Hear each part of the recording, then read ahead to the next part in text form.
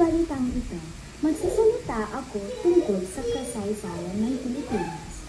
Sa simula ang pinamimilihan ng iba't ibang katutubong grupo.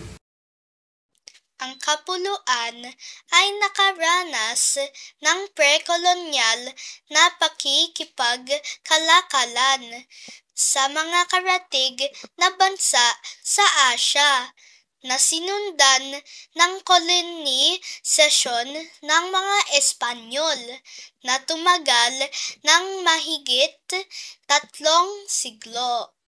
Isa sa mga katutubong kilala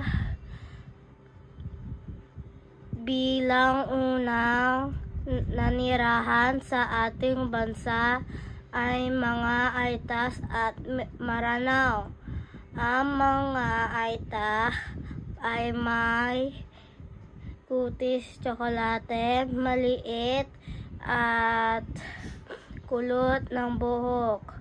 Ang Maranao naman ay sa nasa Timog sa Pilipinas.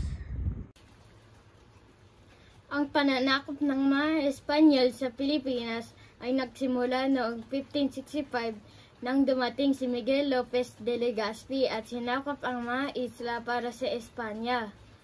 Umabot ng mahigit 300 taon ang pamumuno ng mga Espanyol sa bansa. Ipinakikilala nila ang mga Kristyanismo, magtayo ng mga simbahan, paaralan at mga kalsada at binago ang pamumuhay ng maraming Pilipino. Isa sa mga mahalagang tao sa panahong ito ay si Ferdinand Magellan, isang Portuguese na naglalayag para sa Espanya.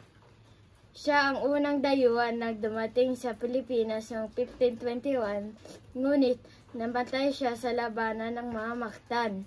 Sa labanang iyon, ipinaglalabanan ni Lapu-Lapu, si isang bayani ng Pilipinas, ang kanyang lupa laban kay Magellan.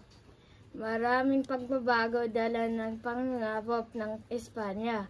Ito ay malaking bahagi ng ating kasaysayan.